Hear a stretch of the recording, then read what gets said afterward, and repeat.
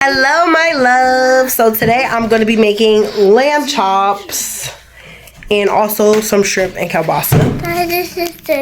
You're showing them the pepper? Yeah, we got a pepper.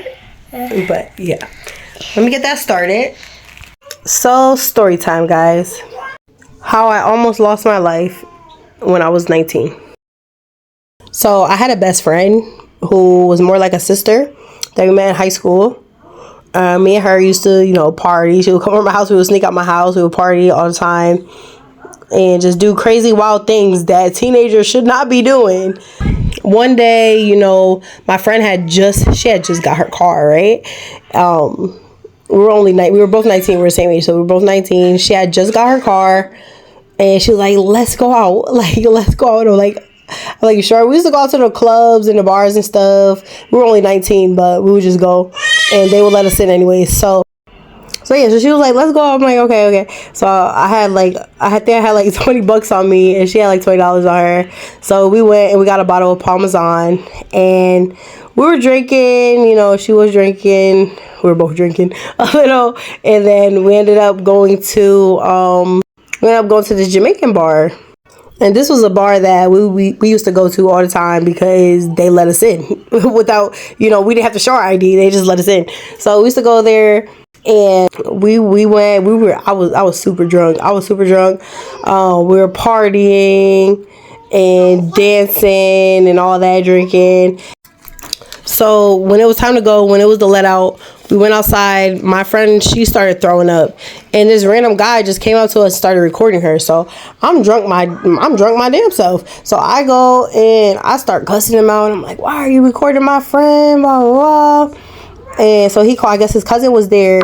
She came over and just started, I guess she started like yelling and everything, and it seemed like the whole bar was trying to fight us. So it was like people surrounding us. So I was like, my friend got in the car, and I was like, you know what? I'm just about to fight. Let's go. Let's fight. And there was another girl that came with us, but she drove on her own. So she pushed me in the car and was like, y'all just go. Mind you, before we even got in the car, I was gonna call her boyfriend and have her, see if he come pick her up.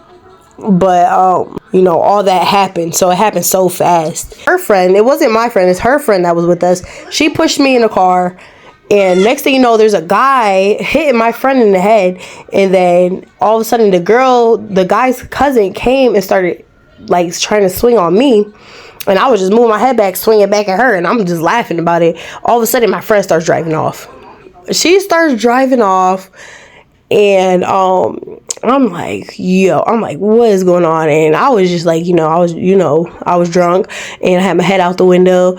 And you guys, next thing you know, I woke up and I was in the hospital. I was in the hospital going in and out of consciousness.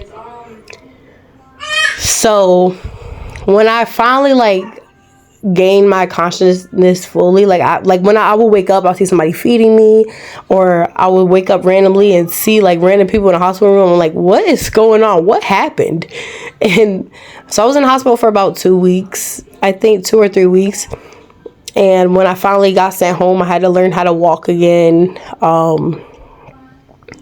I had to, it was a lot. I had some memory loss. I'm still struggling right now with memory loss. From here to time to time.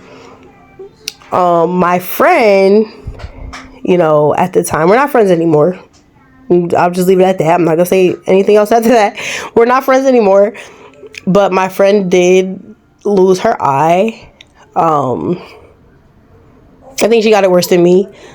And we both were, when I found out exactly what happened, I found out that the people at the bar started chasing us.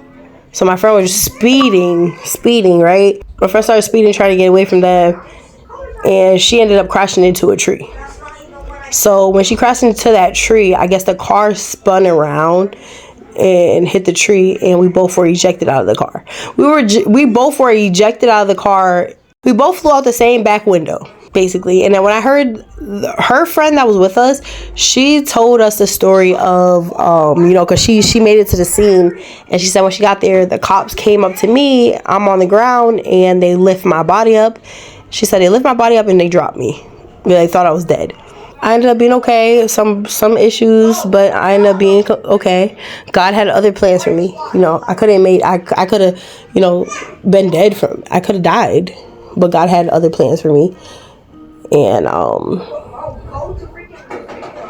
and I do hope my friend is okay now, even though we don't talk, so I don't know how she's doing, but we're not friends anymore, so I just hope she's doing okay. But other than that, I made it out that situation alive. And do not get in the car with anybody that's drunk, guys. Do not get in the car with anybody that's drunk, and do not drink and drive, basically. If somebody's chasing you, just don't speed, because you might crash to a tree, and things could have been worse. So that's just to show you guys that I'm here for a reason. I don't know exactly what the reason is, but I'm here for a reason, because I could have died that night, but I'm here and alive telling you guys my story. And I can really go deeper into the story, but I'm not gonna go too deep into it, so I'm gonna leave it at that. And that's it, guys.